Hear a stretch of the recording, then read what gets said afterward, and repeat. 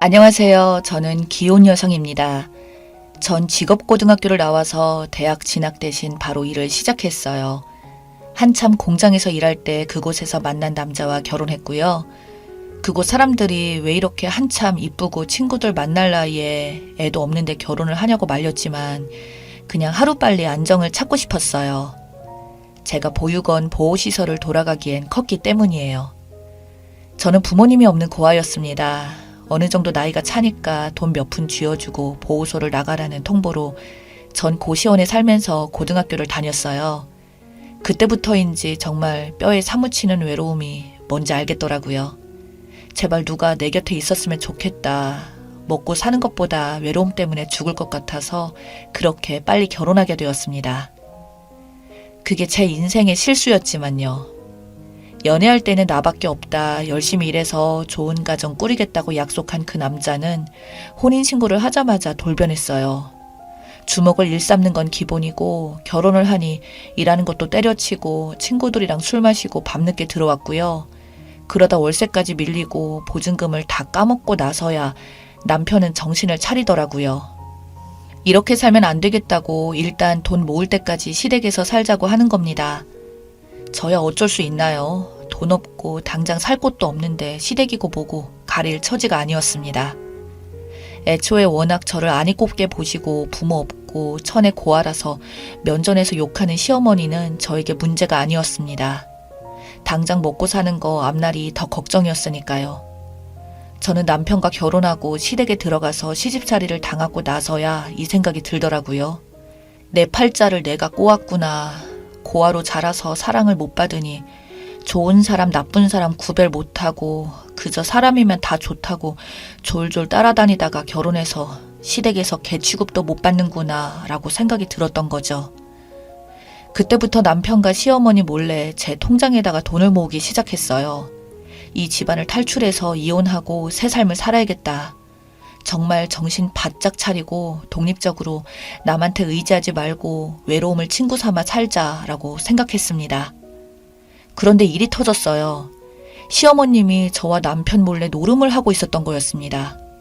시어머님이 어떻게 노름판에 들어가셨는지 모르겠지만 마이너스 통장에 그나마 하나 남았던 집까지 담보로 대출을 하다가 집이 법원에 넘어가 빨간 딱지가 붙고 난리가 난 겁니다. 돌아가신 시부께서 강원랜드에 온 재산을 탕진하고 알코올 중독으로 돌아가신 걸 알아서 시어머니가 그런 걸 하실 줄은 꿈에도 몰랐어요.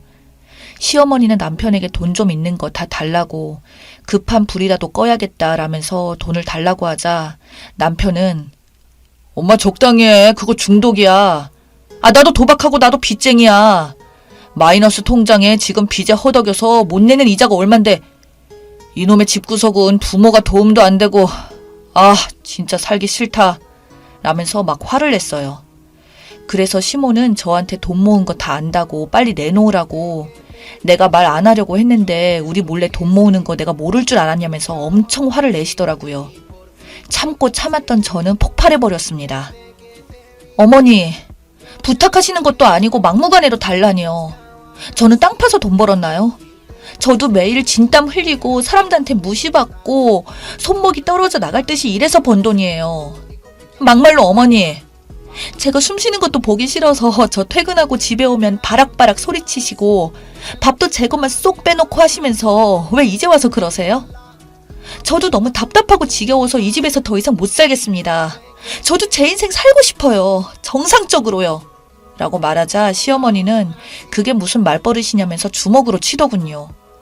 저는 화가 나서 그 자리를 박차고 집을 나왔습니다.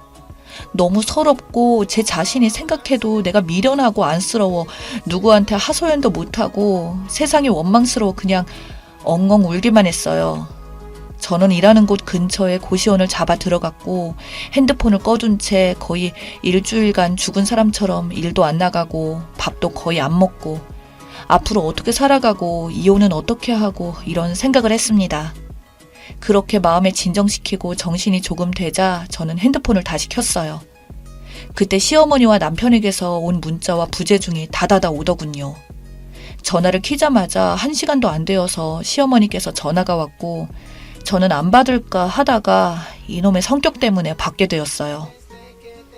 시어머니는 제 목소리가 들리자마자 갑자기 우시면서 미안하다고, 꼭 좀 얼굴 보고 이야기하고 싶다고, 그리고 너에게 꼭 할 말이 있다고, 꼭 만나서 이야기하고 싶다면서 밤 11시가 넘는 시간에 절 불러내셨어요. 시어머니가 만나자고 한 곳이 위치는 한 번도 가본 적 없는 습하고 건물도 없고 산들 사이에 도로만 뻥 뚫려 있는 곳이었습니다. 그 근처에서 시어머니가 기다리고 있겠다고 해서 저는 그렇게 택시를 타고 그곳까지 간 후 시어머니가 계신 곳까지 걸어 올라갔어요. 제대로 된 가로등 하나 없을 정도로 으쓱하고 무서웠습니다. 그리고 저는 그곳에서 기억을 잃었습니다. 네, 제가 그곳에서 교통사고를 당한 거였어요. 정말 아무리 생각하려고 해도 기억이 안 납니다. 여튼 제가 교통사고를 당하고 병원에 실려와 혼수 상태에 빠져 있다는 걸 뒤늦게 알게 되었어요. 사고가 난 뒤 정신이 돌아왔을 때 병원에서 간호사와 의사의 소리가 들렸습니다. 아, 이게 지금 무슨 일이지? 내가 사고 난 건가? 라는 생각이 들었습니다. 간호사의 목소리를 통해서 제가 혼수 상태에 빠진 지 2주가 넘었다는 이야기를 듣게 되었고 저는 충격에 휩싸였어요. 아무리 나 여기 있어요. 나 여기 깨어 있어요. 나 살아있다니까요. 나 지금 다 들려요. 간호사쌤, 의사쌤 목소리 다 들려요. 라고 외치고 몸을 움직이려고 해도 움직여지지 않았거든요.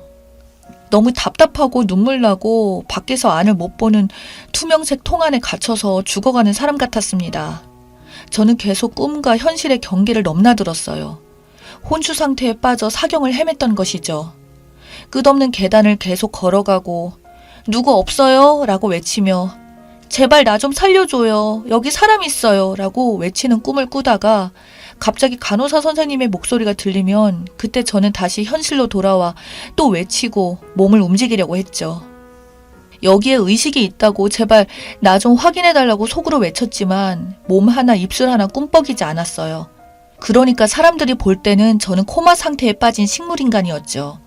저는 멀쩡하게 생각하고 의식이 있는데 그렇게 다시 꿈속으로 들어가려고 할 때 희미하게 시어머니의 목소리와 남편의 목소리가 들렸습니다.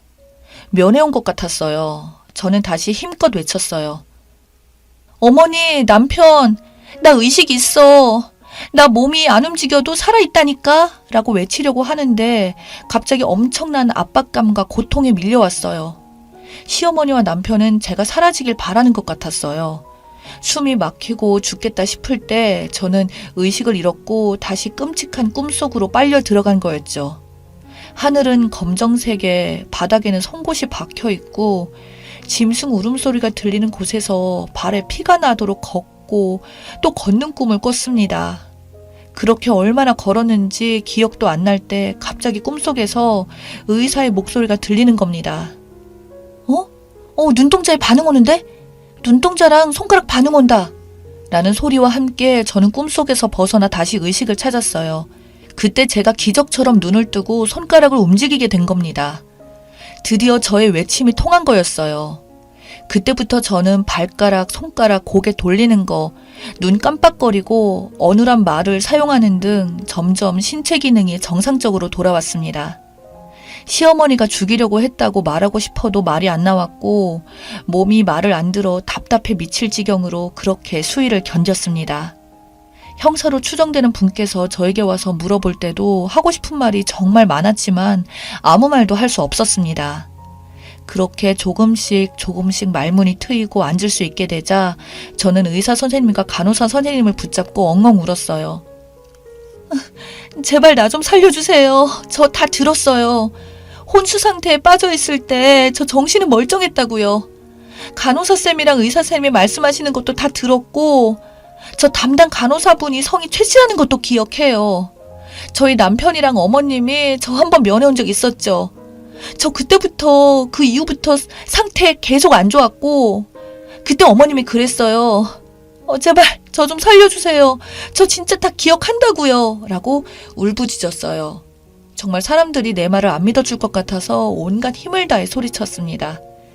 의사 선생님과 간호사 선생님은 진정하라고 이렇게 힘쓰다가 다시 몸 상태 안 좋아진다고 지금은 무리하면 절대 안 되는 상황이라고 하며 저를 진정시켰고 제가 진정이 되자 저는 너무나 충격적인 이야기를 듣고 말았습니다. 그날 제가 교통사고 당한 이유를 도저히 믿고 싶지 않은 일어나서는 안 되는 이야기를요. 도박 빚에 허덕이던 시모와 남편은 저를 사고 내고 보험금을 받으려고 했더군요. 그러니까 차근차근 이야기하자면 남편이 노름하면서 만난 사람들 중 보험 사기 같은 걸 해서 돈을 꽤 모은 사람이 있었다는 것을 알게 된 남편은 그걸 시모에게 말해서 시모와 남편이 저를 대상으로 그 짓을 꾸민 거였어요. 저에게서 나온 돈을 일정 부분을 그 보험 사기 일당에게 넘겨주는 조건으로 남편 지인이라는 사람들이 차로 저를 친 거고 시어머니와 남편이 그 장소까지 저를 유인한 거였습니다. 정말 상상도 못했던 충격이었어요.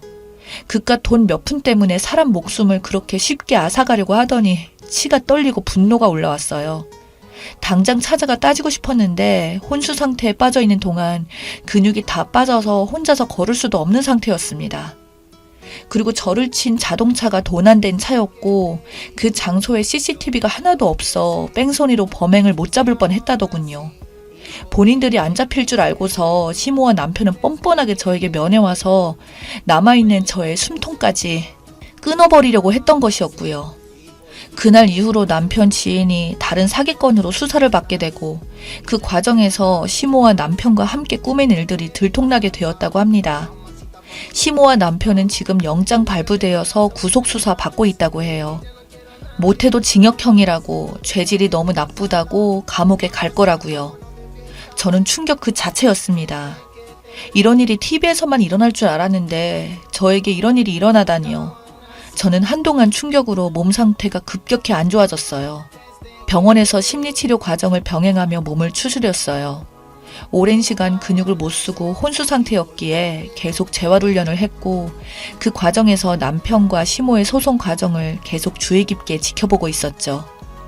내가 부모 없는 고아라고 이 세상에서 없어서도 아무도 신경 안 쓸 거라고 생각한 시모와 남편의 생각이 너무나 고약하고 못돼서 꼭 감옥에 갔으면 좋겠다고 생각했고요. 강력 처벌을 원한다는 저의 의견을 재판부에 피력하고 할 수 있는 모든 것을 다 했습니다.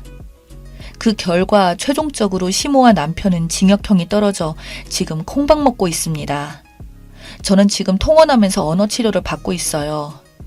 세상이 무서워서 살 수가 있나요?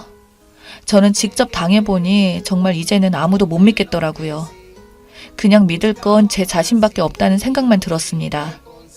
저는 지금 국가에서 연계해주는 프로그램을 신청해 앞으로 먹고 살기 위한 기술을 익히고 있습니다.